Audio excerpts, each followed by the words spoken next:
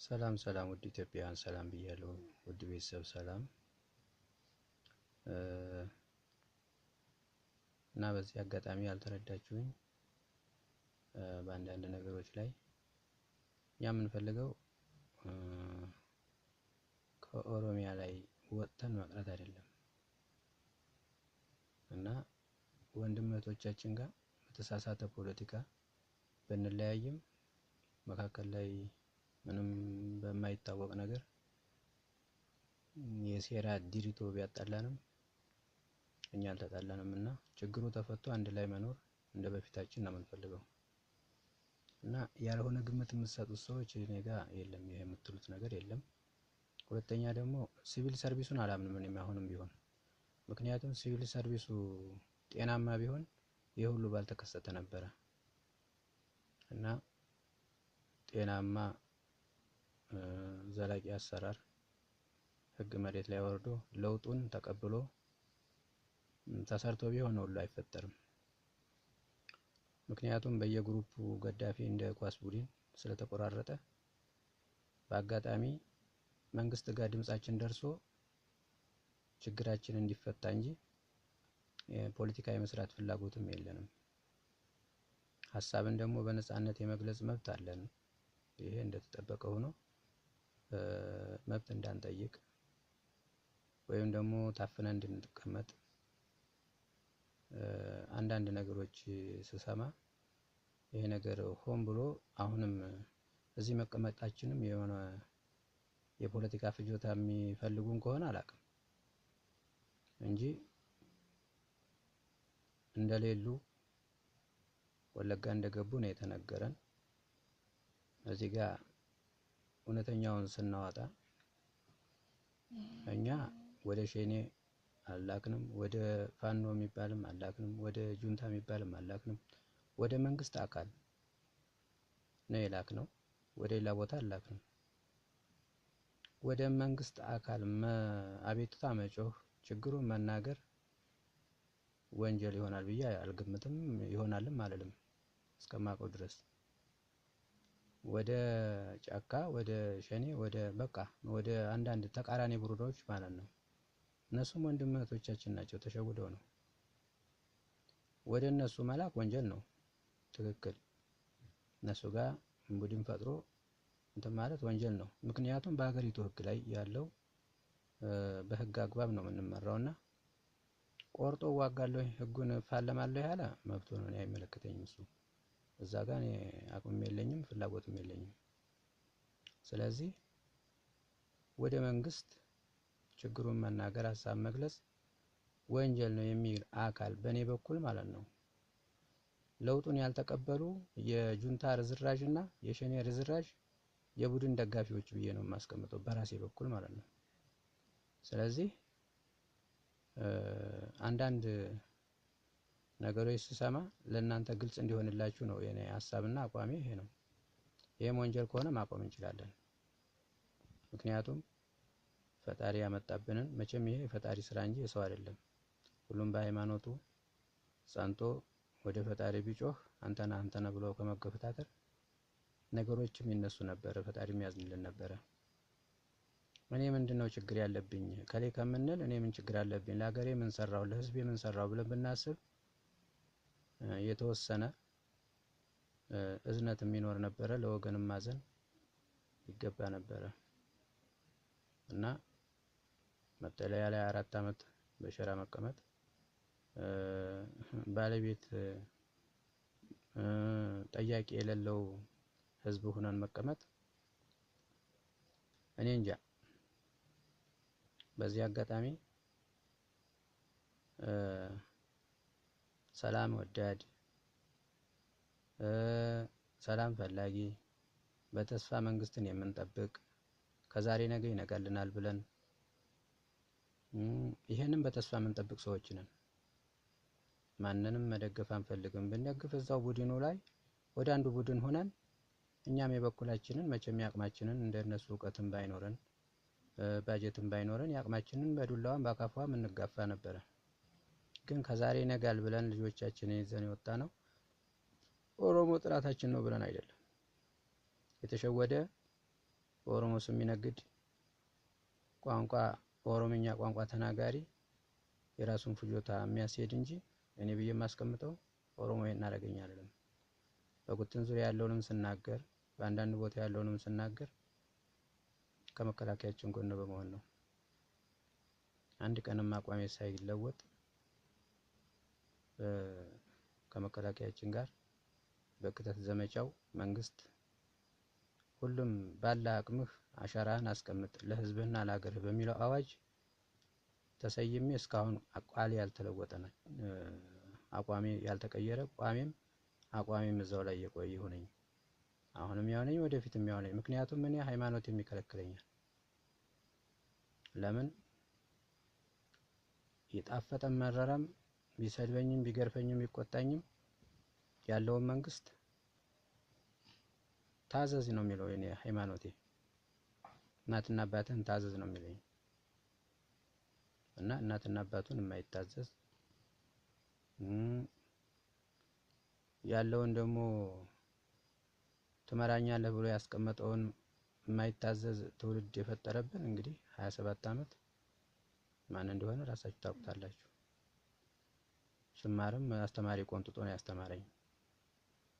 በደህናው አባትና እናት በሚቆጣበት አስተማሪ በሚቆነጥጥበት ሰዓት ማለት ነው። ይህን ይመስላል አቋሜ። ነገም አይቀየርም እስካለው ድረስ። ሃይማኖት የግል ነው፣ አገር የጋራ ነው የሚለው ነው የማውቀው። እና በዚህ አጋጣሚ የደርግ ርዝራዥ የሚሉን የደርግ ተማሪዎችና የደርግ ወታደሮችን የዚህ አይነት የሚጠሉን አሉ።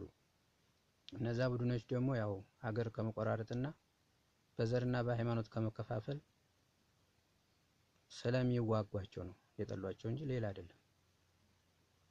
ህዝብና ሀገር ድሃ ወዳድ በአንድነት እንደግ ተባብረን እንደግ የሚል ነው እና ያለኝ አቋም ይሄ ነው።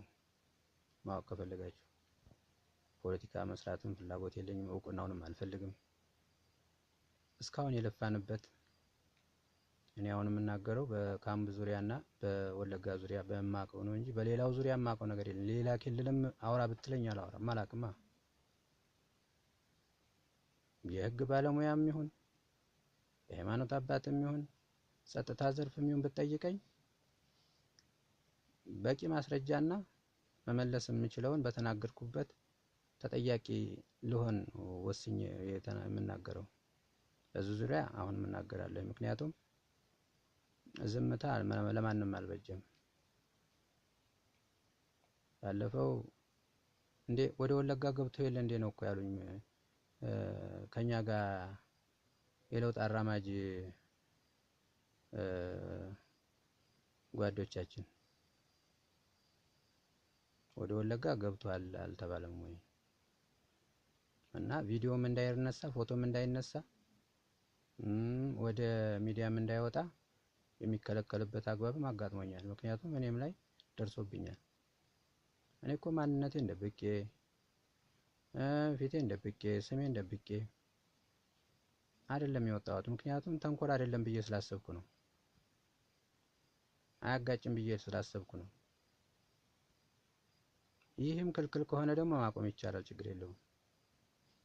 እና የማስፈራራት ይሄን እንዳሰሩ ምናምን ማለት ፖለቲካ ፍጆታ አንፈልግም። ግን ሲቪል ሰርቪሱን ዛሬም ነገም አላምንም። ምክንያቱም ጤናማ ቢሆን ከዛም አንፈናቀልም። እዚህም ደግሞ ጤናማ ለመሆኑ ምንም ማረጋገጫ የለኝም። ምክንያቱም ጤናማ ቢሆን 4 አመት ሸራ ውስጥ ተወሽቆ አይቀመጥም ነበር። እንደ ወገን በቃ እንደ ሰብአዊ ስናየው ሸራ ውስጥ መጠለያ ውስጥ ቢያንስ ከበዛ 6 ወር ችግር ካለ እስከ አመት 4 አመት መኖሪያው የት እንዳለ ማያውቅ ህዝብ ነው እኮ። እዚሁ ኑሩ በቃ ተደራጁ ከሆነ ይቻላል። በቃ ተቀመጥ። አቀማመጣችንን በህግ አግባብ ይሰይመው። እኔ ከላይ አላልኩም፣ የሚመለከተውን አካል ነው። አቤቱታዬም ይሄው ነው። ደግሞ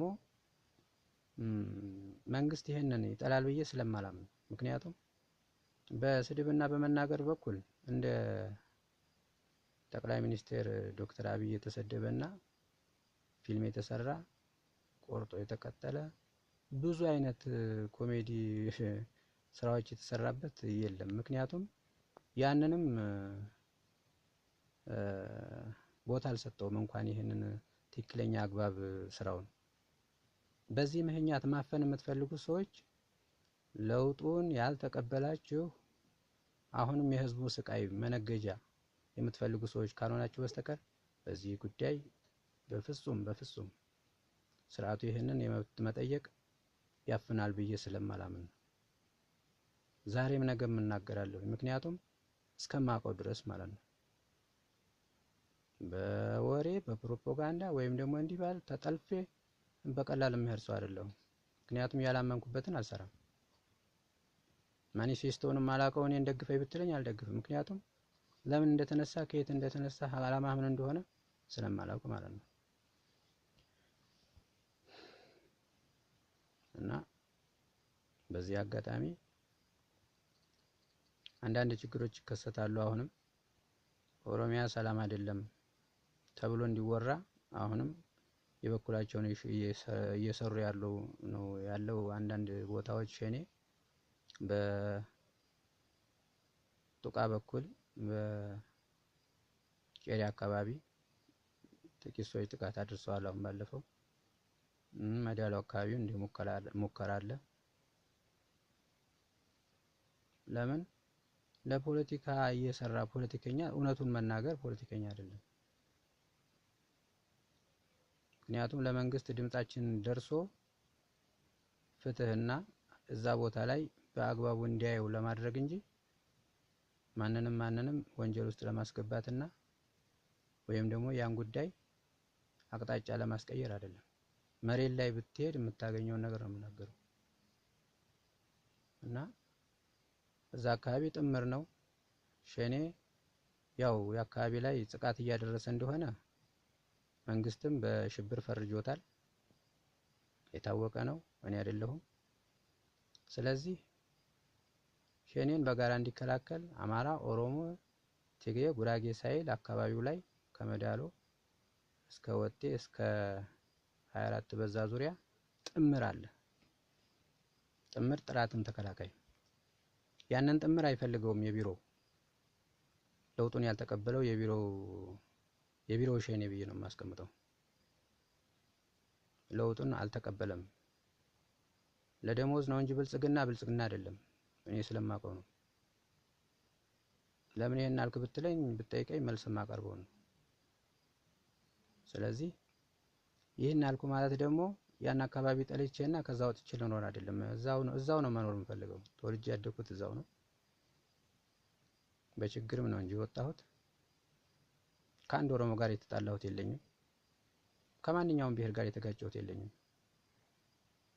የበሰበሰ ፖለቲካ ነው የነዳን። ግማሹን በቤቱ በማፍረስ፣ ግማሹ በማሳደድ፣ ግማሹ ደግሞ ስራ በማጣት ወዳና ወዲህ መውጫ ማጣት። በነቀምት ወጥቶ በነጻነት አይገበይም። በቡሬ በኩል ይኸው ዝግ ነው። 5ኛ አመቱ በቃ አሁን ከተዘጋ የቡሬ ነቀምት መስመር ሰላም ስለሆነ ነው እንዲያ በር የተዘጋው። ሰላም ነው ወለጋ ግቡ የሚባል አማርኛ አለ። እዛ የገቡትም አላማረባቸው። 90% ገበሬ ነው። ወደ ማሳው ሄዶ ካላረሰ አዝመራ ካላዘመረ ከተማ ቁጭ ብሎ ምን ያደርጋል? ሌብነት ሲያጣ ይሰርቃል፣ ሲያጣ ሌብነት ነው። አለበለዚያ ደግሞ ያለ ውድ በግድ ጽንፈኛ ቡድን ይገባና ይዘርፋል። ይሄ ደግሞ ለዝርፊያ ምክንያቱም ሰው ነውና ይበላል ይጠጣል።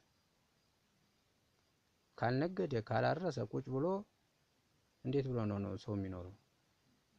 15 ኪሎ ደግሞ ለወር ይበቃል የሚለውን እናንተ መገመት ትችላላችሁ። 15 ኪሎ ለአንድ ሰው ማብሰያ ነው እኮ ነው። በርበሬ ነው፣ ሽንኩርት ነው እኮ ነው። ሽንኩርቱን የቅንጦት እንተው። በርበሬ ሽሮና ጨው ለማገናኘት ትሆናለች። ዘይት ሽሮ፣ በርበሬ፣ ጨው ይሄ ታስቦ እንኳን አይረዳም። 15 ኪሎውም በ4 ወሩ በ3 ከምናምን ነው የሚመጣው። እና ይሄ ነገር መንግስት ያውቀዋል ብዬ ስላልገመትኩ ነው። እና አሁንም የሚመለከታቸው አካሎች በቦታ ላይ ሄዳችሁ እንድታዩት፣ ችግራችን እንድትጠይቁን በአግባቡ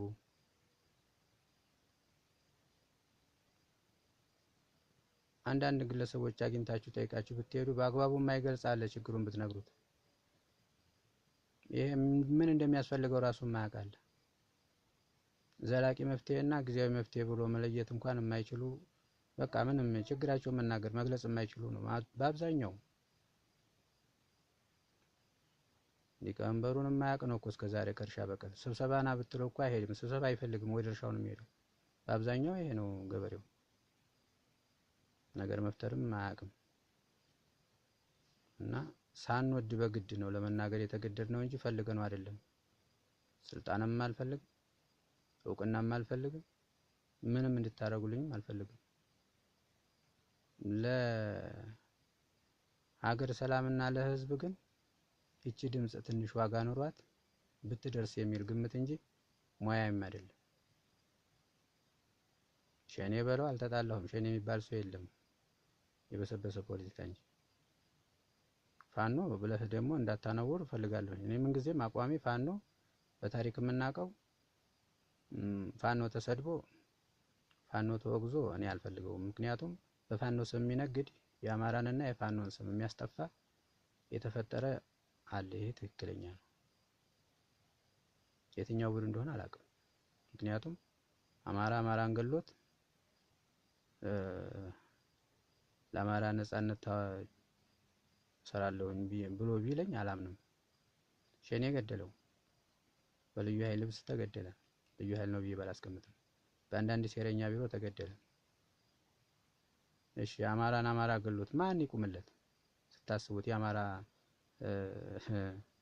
ነጻ አውጪ እኔ እኮ የነጻ አውጪ ነው ግራ የሚገባኝ። ወያኔ ሀርነት ትግራይ ብሎ ገብቶ ሀርነት ወያኔ ነጻ አውጪ ብሎ የተሰራውን እናውቃለን። ሁለተኛ የኢትዮጵያ ሕዝብ ይሸወዳል እንዴ? 80 ምናምን ብሔረሰብ ተራ ነጻ ስታወጣ የራስህን ሌላው ምን ይሁን እንዴ? እና እስካለን እስትንፋሳችን እስካለን ድረስ ሀቅ ተናግረን እንሞታለን። መሞታችን አይቀርም። ያቺ እናት የሞተችው ፖለቲካ ተናግራ አይደለም፣ ሊቀመንበሯንም አታውቅም። ብዙ አጸያፊ ቃላቶችን አልናገራቸው። ምክንያቱም የአሟሟት መጥፌ አሰቃቂ ግድያ የተፈጸመባቸው ልጆች፣ ህፃናቶች፣ አዛውንቶች ፖለቲካ ሰርተው አይደለም። ያችን ሞትባትን ቀን ደግሞ አላልፍም። የሰው ልጅ ሲፈጠር ይሞታል፣ ያው የታወቀ ነው። እና ሀቋን ተናግረን መሸበት እናድራለን። ውድ ቤተሰብ እንግዲህ ይህንን ነው እኔ አቋሜ። ያስቀየምኳችሁ ካላችሁ ይቅርታ። አንዳንድ ነገር ጎሰም የሚያደርገኝ ነገር አለ። ከዛም ደወል የሚያደርጋችሁልኝ አላችሁ። በአብዛኛው ግን ለኔ እዝነት ነው። ምክንያቱም ይሄንን ሰላሙን የማይፈልግ ነው በአብዛኛው። እባክህ ችግር ይፈጥሩብሃል ምናምን። እኔ ምንም ማንም ጋር ችግር አልተጣላሁም። እኔ ሐሳቤን ነው የገለጽኩት። ከፈለክ ፍላጎታችን አሟል፣ ካልፈለክ መተው ትችላለህ። ማን አስገደደህ? አልተዋጋሁህ። እና ይሄን የተሰጠንን እድል ይሄን የተሰጠንን ሚዲያ በሞባይል የሚሆን በኮምፒውተር ባለ ማለት ነው ለሰላምና ለጥሩ ነገር እንጠቀምበት።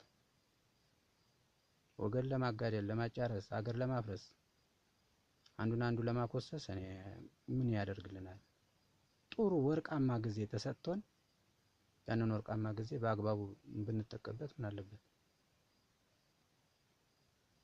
ሐሳቤ ይሄ ነው። አመራሩ ጋር እዛ ራሱ ተነጋግሬያለሁ። እኔ እባካችሁ ስራ ስጡኝ ብዬ ስራ ስጡኝ፣ ልጆችንም አብረው አጣሁ። ካልተንቀሳቀስን መስራት አንችልም። ያለንን ጨረስን ቁጭ ብለን። ከነቀምት ተዘግቶ ከቡሬ ተዘግቶ መሀል ላይ ታቆረን ማለት ነው። ለረጅም ሰዓት ተዘግቶ ነበርና ያለችንን ሙጥጥ አድርገን በላን። ልመና በቃ ሰው እድሜው ሳይደርስ ጡረታ ለምኖ መብላት ማለት ሞት አይደለም እንዴ? አሁን ሞራናችን እንዳለ ስነ ልቦናችን ሳይጎዳ ወደ ስራ ብንወጣ ነው። አሁን ፍላጎት ይሄ ነው የሚያስጨውኝ። ተስፋ ቆርጦ በቃ አገር የለኝም ለካ መንግስት የለኝም ብሎ ተስፋ እንዲቆርጥና ቦርኮ ሆኖ እንዲቀር ተፈልጎ ከሆነ አላውቅም። እኔም ያን አሁን የተሰማኝ እና ባጭሩ ሐሳቤን ለመግለጽ ፈልጌ ነው። ይህ ጉዳይ የሚያስቀይም ከሆነ ስልኬም ሁሌም አለ እዛ ላይ ደውላችሁ ካሁን በኋላ አቁም በሉኝ። እኔ የህግ አካል ይሆናችሁ ያ መከላከያችን ምንም በማያውቀው ጉዳይ እየረገፈ እንደሆነ ህዝባችን ምንም በማያውቀው ጉዳይ እየረገፈ እንደሆነ ነው የምናውቀው። ይህን ያደረገው ማን ነው? የቢሮ ውስጥ ያለ ተላላኪ ነው። የየወረዳው ራሱ አመራር አንድ አይደለም። በህግ የታዘዘ ቢሆን ሁሉም አንድ ይሆን ነበር። ምክንያቱም የሚታዘዘው እያንዳንዱ ያመነበትን ነው። በአሁኑ ሰዓት ልክ እንደ እምነቱ ማለት ነው። የህግ አንቀጽ አንድ ነው የማውቀው። ሀገሪቱን የሚመራት አንቀጽ አንድ ህግ ነው እና የተቆራረጠ ለመሆኑና እንደማትፈልጉት የምንረዳው የእያንዳንዱ ወረዳ አመራር አንድ አይደለም። አንዳንዱ ባካችሁ ከአቅሜ በላይ ነው ህዝቤ ውጡልኝ ብሎ አንድ ሰው ያልሞተበት ወረዳ አለ። ከህዝቡ ጋር ጎን እንደው ማዳም ቢያቅተው በቃ ውጡልኝና እስኪ ወደ ከተማ መሃል ላይ ግቡ፣ ወረዳ ግቡ፣ ወደ ዞን ግቡ ብሎ ያስገባል። እና ዘሩ ይለምልም ልጆቹን ጧሪ ያድርግለት ብለን ነው ዱዓ የምናደርግለት። ያንን ደግሞ ይሄን ስንል ስሙን ብንጠቅስ ያንን ሰውዬ አሁን አትፈልጉትም። አፍራሽ ቡድኖች ለምን እንዲወጡ አደረጋችሁ፣ ለምን እንዲሸሹ አደረጋችሁ፣ ወይም ለምን ዳኑ የሚል ቁጭትም አለ። ይህንን ሰምተናል እንጂ እኛ ኦሮሚያን አነውረን ከኦሮሚያ ወጥተን ለመቅረት ሌላ ቦታ ስለሆነ ለመሳደብ አይደለም። መፍትሄ እንፈልግ ነው፣ እንወያይ ነው፣ ችግሩን በጋራ እንፍታ ነው። ይሄ ነው ዋናው ዓላማ ይሄ ነው። ይሄን ደግሞ መንግስት የእርቅ ኮሚሽን ደሞዝ ከፍሎ ባጀት መድቦ እስከ የትም ቦታ ከጫካ የሚያሉ ኑ እያለ ነው ሚዲያ ላይ የሚነግረን እሱን ነው። በታች የሚወራው ሌላ ነው። አፋኝ ቡድን አፋኝ እኮና አምባገነንነት ታርጋ እየለጠፉ ማሰር ያንን ጠልተን እኮ ነው ለውጡ ጥልቅ ተሐድሶ ዶክተር አብይን ያመጣል። አሁንም እኔ ብዬ የማምነው ለውጡን ስላልተቀበላችሁ ነው ይሄ ሁሉ ሁከት የመጣው እንጂ መጀመሪያ እኔ ሳጨበጭበው አላጨበጨብኩ ነበር። እና ያለው ነገር ይሄን ይመስላል። ውድ ቤተሰብ ሀገራችንን ሰላም ያርግልን፣ ህዝባችንን ከዚህ ስቃይ ያውጣልን። አንዴ መሬት መንቀጥቀጥ፣ አንዴ ዝናብ፣ በአንድ ቦታ ድርቅ፣ በአንድ ቦታ ደግሞ መጠን ያለፈ ዝናብና በረዶ የሚያመጣ ይሄ የፈጣሪ ቁጣ ነው፣ የኛ ወንጀል ነው። ይልቁንስ በየሃይማኖታችን በየእምነታችን ወደ ራሳችን ተመልሰን ጸሎት እናድርግ። ሀገራችንን ሰላም ያደርግልን፣ የነገ ሰው ይበለን፣ ሰላም ያገናኘን እያልኩኝ በዚህ ጨርሳለሁ። አመሰግናለሁ። ኑሩልኝ።